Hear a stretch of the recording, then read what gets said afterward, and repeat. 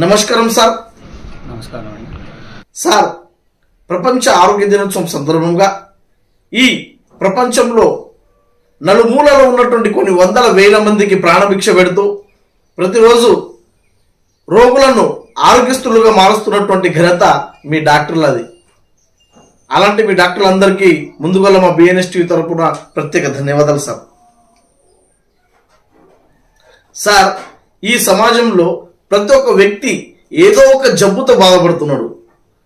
గతంలో ఒక్క డాక్టర్ లేనప్పటికీ ఉల్లాసంగా, ఉత్సాహంగా, ఎంతో ఆరోగ్యంగా ఉండేవారు.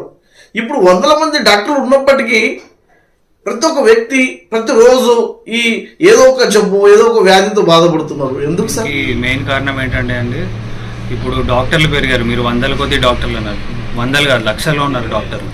కానీ మెయిన్ ప్రాబ్లం ఎక్కడంటే జనాలు వాళ్ళ ఆరోగ్యం పట్ల అవగాహన ప్లస్ వాళ్ళ లైఫ్ స్టైల్ చేంజెస్, ఇవన్నీ బాగా తగ్గుముఖం పట్టాయి.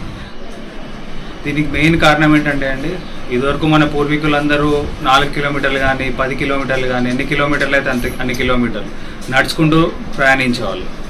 అది వాళ్ళకి ఎక్సర్సైజ్ అయిపోయేది. అది కాకుండా ఇదివరకు ఫ్రైలు, ఫాస్ట్ ఫుడ్లు ఏమి ఉండేవి కాదు.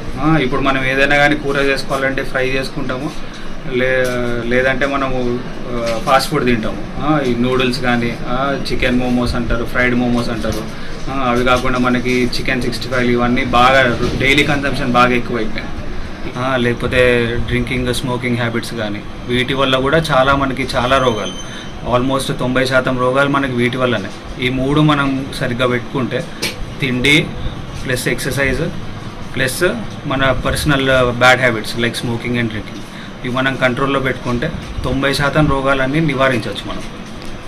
ఇది one of the main reasons అనమాట మన పూర్వీకులకి మనకి కంపేర్ చేసుకుంటే. ఇది కాకుండా మన ఈ సెడెంటరీ లైఫ్ స్టైలే కాకుండా, ఈ ఆరోగ్య అలవాట్లే కాకుండా ప్లస్ మన డైలీ ఫిజికల్ యాక్టివిటీ కూడా చాలామంది తగ్గిపోయింది. ఎవరో కాస్త ఫిట్నెస్ అవేర్నెస్ ఉన్నోళ్ళు, ఆరోగ్యం పట్ల అవేర్నెస్ ఉన్నోళ్ళు కాస్త ఏదో చేస్తున్నారు, కానీ 99% మంది ఎవరు ఎట్లాంటి ఫిజికల్ యాక్టివిటీ చేయట్లేదు. సెడెంటరీ లైఫ్ స్టైల్ అనేది బాగా ఎక్కువైపోయింది.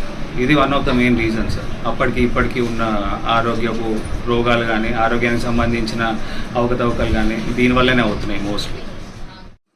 సార్, ఇంకొకటి సార్, ఈ సమాజంలో ఉన్నటువంటి ప్రతి ఒక్క వ్యక్తికి బీపీ, షుగర్, హార్ట్ అటాక్, అదేవిధంగా ఈ పైల్స్ అనేది విపరీతంగా పెరిగిపోయింది.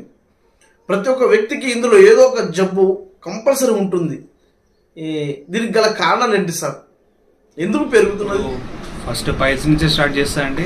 ఏంటంటే ఇవాళ రేపు నాన్ వెజ్ తినడం బాగా కన్జంప్షన్ ఎక్కువైపోయింది. ఇదివరకు అంటే మనకి ఎప్పుడో 15 రోజులకు ఒకసారి, నెల రోజులకు ఒకసారి వండుకునేవాళ్ళు, ఓ 20-25 ఇయర్స్ బ్యాక్. ఇప్పుడు ఏంటంటే వారానికి 2-3 సార్లు నాన్ వెజ్ వండుకుని, దాంతోపాటు మళ్ళీ మనకి ఇప్పుడు లిక్కర్ కూడా బాగా ఫ్రీలీ అవైలబుల్ అయిపోయింది, ఆల్కహాల్ కూడా. ఇప్పుడు ఎట్లంటే ఆల్కహాల్ తాగితే నాన్ వెజ్ తింటారు, నాన్ వెజ్ తినాలంటే ఆల్కహాల్ తాగుతారు. సో ఏంటంటే ఇది ఇట్లా ఒక లైఫ్ స్టైల్ చేంజ్ మనకి బాగా డ్రాస్టిక్గా కనిపిస్తుంది లాస్ట్ 15-20 ఇయర్స్లో. సో దీనివల్ల ఏమవుతుందంటే మనకి శాకాహారం, వెజిటేరియన్ తింటే మనకి అది ఈజీగా డైజెస్ట్ అవుతుంది, తొందరగా డైజెస్ట్ అవుతుంది. ప్లస్ మనము బౌల్ మూమెంట్, మనకి ఎప్పుడైతే బాత్రూమ్ పోతామో అప్పుడు మనకి ఫ్రీగా అయిపోతుంది, ఎక్కువ మనం ప్రెషర్ కూడా పెట్టాల్సిన అవసరం ఉంటుంది. అదే మనం నాన్ వెజ్ తిని మందు తాగి మనం రెగ్యులర్గా ఇట్లా చేస్తుంటే ఏమవుతుందంటే, non veg takes more time to డైజెషన్కి చాలా ఎక్కువ సమయం పడుతుంది. చికెన్ కానీ, మటన్ కానీ, లేకపోతే ఎగ్ కానీ, ఏది తిన్నా కానీ. సో మళ్ళీ అది ఏంటంటే అది ఎట్లా అంటే గట్టిగా ఫామ్ అవుతుంది కడుపులో డైజెస్ట్ అయిన తర్వాత కూడా. మళ్ళీ దాన్ని మనం బయటకి పుష్ చేయడానికి, బయటకు తొయ్యాలంటే ఎక్కువ ప్రెషర్ పెట్టాల్సి వస్తుంది. ఆ ఎక్కువ ప్రెషర్ ఎప్పుడైతే పెడతామో రిపీటెడ్గా ఓవర్ 5 ఇయర్స్ అట్లా 5-10 ఏళ్ళు అట్లా కంటిన్యూస్గా పెడతా ఉంటామో పైల్స్ అనేవి డెవలప్ అవుతాయి. సో దాని మెయిన్ కాంప్లికేషన్ మనము ఎట్లా నివారించాలంటే, మనము నాన్ వెజ్ తిన్నా పర్లేదు కానీ లిమిటెడ్గా తినాలి. దాంతోపాటు శాకాహారం ఎక్కువ తినాలి, వెజిటేరియన్ ఫుడ్ ఎక్కువ తినాలి, ఫైబర్ కంటెంట్ ఉండే ఫుడ్ ఎక్కువ తినాలి. So coming to other things like BP, sugar కానీ, స్ట్రోక్ కానీ, హార్ట్ అటాక్ కానీ యంగ్ ఏజ్లోనే ఎందుకు వస్తున్నాయి? ఇది యాక్చువల్లీ చాలా మంచి క్వశ్చన్. ఇది మీరు బాగా ఫ్రేమ్ చేసుకుని వచ్చారు క్వశ్చన్. ఇది కూడా మళ్ళీ same, alcohol plus non veg అంటే మనం ఏదో ఉడకబెట్టుకుని తిన్నాం కదా, ఉప్పు కారం వేసుకొని, దాన్ని మళ్ళీ డీప్ ఫ్రై చేస్తారు, బాగా డీప్ ఫ్రై చేస్తారు, బటర్లో డీప్ ఫ్రై చేస్తారు, లేదంటే గీలో డీప్ ఫ్రై చేస్తారు. దాంతోపాటు మనం ఏంటంటే నాన్ వెజ్ తినేటప్పుడు మళ్ళీ ఆల్కహాల్ ఉంటుంది. ఆల్కహాల్ అనేది కూడా ఇప్పుడు క్రమేపీ మనకు ఒక 15-20 ఇయర్స్లో బాగా అలవాటు పడిపోయారు మన జనాలు. ఎట్లా అంటే ఇదివరకు వారానికి ఒకసారో, నెలకు ఒకసారో, లేకపోతే దావతున్నప్పుడు, పెళ్ళప్పుడు తాగేటోరు. ఇప్పుడు అట్లా కాదు. ఇప్పుడు ఆల్మోస్ట్ రోజు తాగేటోళ్ళు కూడా నా డే టు డే ప్రాక్టీస్లో ఆల్మోస్ట్ 70% మంది మనకు డే టు డే తాగుతూనే ఉంటారు. వాళ్ళకి ఏంది, తాగినప్పుడు మందు తాగినప్పుడు నాన్ వెజ్ కావాలి, నాన్ వెజ్ తిన్నప్పుడు మందు కావాలి, అట్లా అయిపోయింది వాళ్ళకి.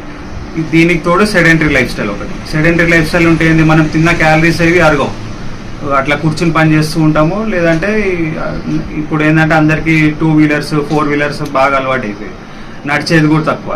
అసలు రన్నింగ్ వాకింగ్ ఎవ్వరు చేయరు. ఏదో కొద్దిగా అవగాహన ఉన్నోళ్ళు, హెల్త్ అవేర్నెస్ ఉన్నోళ్ళు మాత్రమే చేస్తారు. సో ఈ డ్రాస్టిక్ లైఫ్ స్టైల్ చేంజెస్ వల్ల ప్లస్ నాన్ వెజ్ అనేది మందు వల్ల, వీటి వల్ల, ఇది కాకుండా మనకి మొబైల్ యూసేజ్ కూడా నైట్ 12 దాకా 11-12 కాకుండా 1-2 దాకా చూసే వాళ్ళు కూడా నాకు చాలామంది మొబైల్ అడిక్షన్ తోటి నా దగ్గరకు వస్తారు పేషెంట్లు. వీళ్ళకి ఏంటంటే వీళ్ళు తినేటప్పుడు మొబైల్ చూస్తూనే ఉంటారు, పడుకునే ముందు మొబైల్ చూస్తారు, పొద్దున్న లేవగానే లేచేటప్పుడు వాడు 2ంటికి పడుకుంటే లేచేటప్పుడు 8 గంటలకో 9 గంటలకో లేస్తాడు. ఆ 9 గంటలకు లేచి ఏం చేస్తాడు, దాని రెడీ అయిపోయి వెళ్ళిపోతాడు.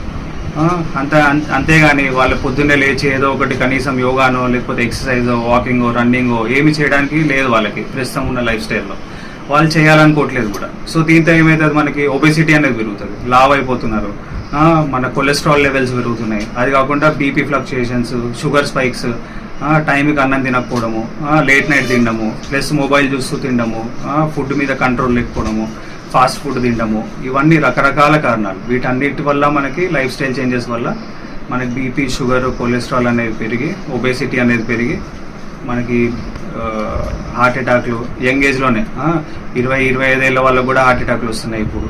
అది కాకుండా స్ట్రోక్ వస్తుంది. స్ట్రోక్ అంటే మనకి హార్ట్కి సంబంధించిన బ్రెయిన్కి సంబంధించిన హార్ట్ అటాక్ లాంటిది అనమాట. పక్షవాతం వస్తుంది దానివల్ల. కాళ్ళు చేయి పని చేయకపోవడము, బ్రెయిన్లో బ్లీడింగ్ అవ్వడము, ఇవన్నీ ఈ లైఫ్ స్టైల్ చేంజెస్ వల్ల, ఫుడ్ హ్యాబిట్ చేంజెస్ వల్ల, ప్లస్ సెడెంటరీ లైఫ్ స్టైల్ వల్ల, యాక్టివిటీ లేకపోవడం వల్ల. సార్ ఇంకొకటి సార్, ఈ రోజులలో ఈ పక్షవాతం అనేది భయంకరంగా వ్యాపిస్తున్నది. యాజ్ ఎ న్యూరాలజిస్ట్గా ఇప్పుడు ఈ జబ్బు అంటే నరాలకు సంబంధించిందేనా? ఎందుకు ఈ జబ్బు వస్తుంది సార్? పక్షవాతంకి మెయిన్గా 3 కారణాలండి. ఒకటి అన్కంట్రోల్డ్ డయాబెటీస్, షుగర్ ఎక్కువ ఉన్నా, బీపీ ఎక్కువ ఉన్నా, ప్లస్ మనకి కొలెస్ట్రాల్ ఎక్కువ ఉన్నా. ఈ 3 కంట్రోల్ లేకపోతే ఏ ఒక్క కారణం చేతైనా మనకి పక్షవాతం అనేది రావచ్చు.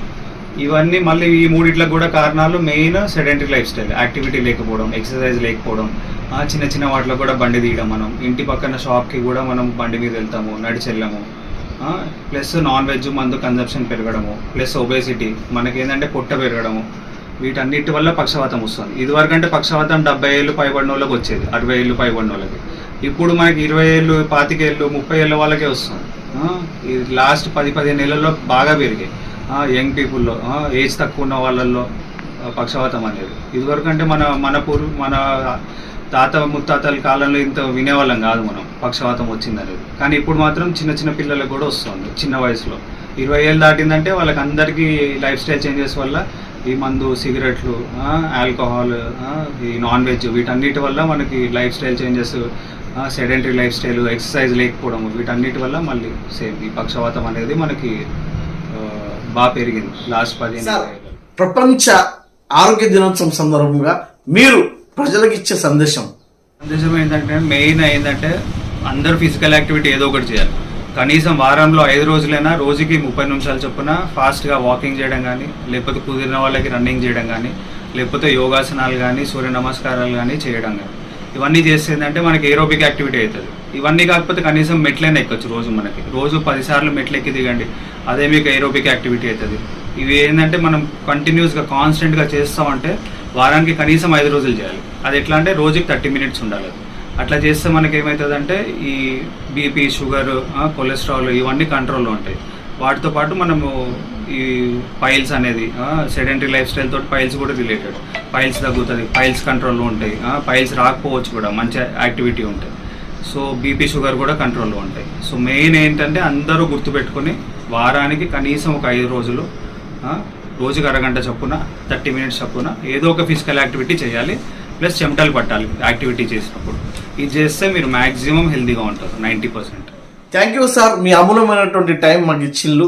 ప్రజలకు మీ వంతుగా మీ యొక్క సలహాలు ఇచ్చినందుకు ప్రత్యేక ధన్యవాదాలు. Thank you. ఇప్పుడు సార్ నమస్తే. సార్ విశ్వనాథ్ సార్ గారు మాకు ఇంటర్వ్యూ ఇచ్చారు కదా, మన హాస్పిటల్లో సార్ విజిటింగ్ ఎప్పుడు ఉంటుంది ఒకసారి చెప్తే పేషెంట్లు కానీ అదేవిధంగా ఇక్కడ స్థానికంగా ఉన్నటువంటి ప్రజలు ఒకసారి నోట్ చేసుకుంటారు. ముందుగా ప్రజలందరికీ ప్రపంచ ఆరోగ్య దినోత్సవ శుభాకాంక్షలు. ఈరోజు చాలా మంచి రోజు, అందరము ఆరోగ్యం గురించి ఆలోచించాల్సినటువంటి రోజు.